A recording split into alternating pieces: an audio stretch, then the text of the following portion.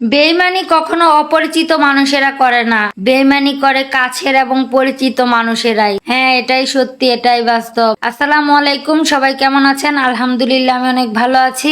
আজকের ব্লগটাও সকাল থেকেই শুরু করেছি। সকালবেলা একটু বৃষ্টি হয়েছে, তাই ভাবলাম খিচুড়ি রান্না করে ফেলি। আর খিচুড়ি আমার ছেলে স্বামী দুজনেই পছন্দ করে। সেটা হতে হবে পাতলা খিচুড়ি। ভুনা খিচুড়ি একদমই পছন্দ করে না, তো আমি পাতলা খিচুড়ি রান্না করতেছি। বাগার দেওয়ার পরে একটা হাঁসের ডিমও ভেঙে দিয়ে দিলাম। আমার খিচুড়ি হয়ে গেছে। এভাবে খেয়ে দেখতে পারেন, ভালোই লাগবে। তো আর এই যে বৃষ্টির পানিতে হাঁসের অবস্থা, একদম জায়গাটাও কাদা কাদা হয়ে গেছে। তো ওদেরকে বের করে দিয়ে তারপর হচ্ছে আমি একটু হাঁটাহাঁটি করতেছিলাম। আর হাঁস নিয়ে যাব হচ্ছে বড় ননাসের বাড়ির ওইদিকে, আবার দোকানেও যাব। আমার কয়েকটা হাঁস তো হাঁসের ওষুধ আনতে যেতে হবে। এই যে হাঁসটা, এটা একদমই একা, এই একটা চীন হাঁসি আমার আছে। তো প্রতিদিনে আমি নিয়ে তারপর রেখে আসি।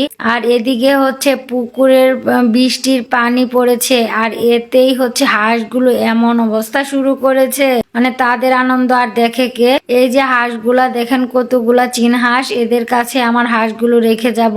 তো একটা আরেকটাকে দৌড়াচ্ছে। এদের কাজকর্ম দেখলে কি আর বলবো। দেখেন, একটু বৃষ্টিতে রাস্তাঘাটে পানি জমে গেছে। তো আমি এখানে হাঁস রেখে তারপর হচ্ছে দোকানে যাব। সকালবেলা দোকান খোলা আছে নাকি তাও জানি না। তো আমার ভাগ্নি হচ্ছে আবার কে নিয়ে স্কুলে যাচ্ছে। তো আমি দোকানে এসে পড়েছি। দোকানে এসে দেখি ওষুধ আছে, তো কয়েকটা ওষুধ নিয়ে তারপর বাড়ির দিকে রওনা হয়েছি। আসার পথেও দেখি হাঁসগুলো রাস্তায় আছে, আর এদিকে আমার হাঁসগুলো পুকুরে নেমে পড়েছে। পরে একদম দুপুরবেলা চলে এসেছি রান্নাঘরে। কারেন্ট ছিল না, মানে একটু বৃষ্টি হলেই কারেন্ট থাকে না, কি যে একটা অবস্থা। তো হেলেঞ্চা শাক উঠিয়েছিলাম, হেলেঞ্চা শাকটা বসিয়ে দিয়েছি। স্বামী বলেছে একদম ভর্তা ভর্তা করে শাকটা ভাজি করতে। তো শাকটা সিদ্ধ বসিয়ে এদিকে আবার চুলায় কড়াই বসিয়ে পেঁয়াজ কুচি দিয়ে লবণ দিয়ে ভেজে তার ভিতর 2-3টা চেপা দিয়ে দিয়েছি। তারপর একটু রসুন বাটাও দিয়েছি। দিয়ে এখন হচ্ছে সুন্দরভাবে একটু নাড়াচাড়া দিয়ে গুঁড়া মশলাগুলো দিয়ে নিলাম। এখন হচ্ছে সামান্য পানি দিয়ে মশলাটা ভালোভাবে কষাবো। তো মশলাটা কষিয়ে নিয়েছি। এখন হচ্ছে আলু আর বেগুন দিয়ে দিলাম। এখন এটাকেও ভালোভাবে কষাবো। চেপা শুটকির তরকারি এই আমছুরি বেগুন দিয়ে খেতে কিন্তু ভীষণ মজা লাগে। আমার ছেলেও খুব পছন্দ করে, ছেলে দুইজনেই খুব পছন্দ করি। তো একটু ঝোলের পানি দিয়ে দিলাম। এখন হচ্ছে আস্তে আস্তে রান্না করে নিব। এদিকে শাকটা বাগার দিয়ে নিচ্ছি। একটু বৃষ্টি আসলেই কারেন্ট চলে যায়, কি যে একটা অবস্থা। কারেন্ট নাই, এইদিকে হচ্ছে কোন রকম একটা চার্জার লাইট দিয়ে রান্না করতেছি। ভিডিও জানি কেমন দেখা যাচ্ছে, একটু ক্ষমা সুন্দর দৃষ্টিতে দেখবেন। তো যাই হোক, আমি একদম চামিচ দিয়ে ভর্তা ভর্তা করার চেষ্টা করতেছি। আর এদিকে আমার চেপা শুটকির তরকারিটাও হয়ে গেছে।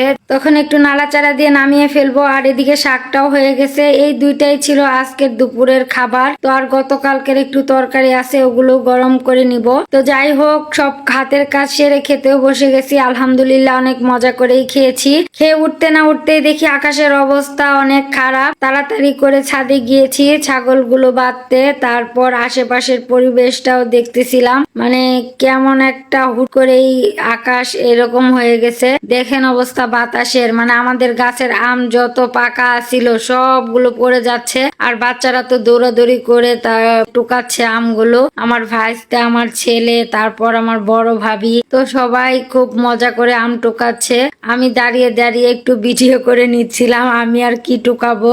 তো যাই হোক, আবার একটু হাঁটতেও বের হয়েছিলাম। এই বাতাসের ভিতর হাঁটতে ভালোই লাগতেছিল। গিয়ে দেখি পাশের বাসার ভাসুর হচ্ছে খেরের পাল্লা দিচ্ছে। তো এখানেও কতক্ষণ দাঁড়িয়েছিলাম। যাই হোক, আজকের ব্লগটা এ পর্যন্তই। কেমন লাগলো অবশ্যই জানাবেন। সামান্য ভালো লেগে থাকলে একটা লাইক কমেন্ট শেয়ার করে দিবেন। আল্লাহ হাফেজ।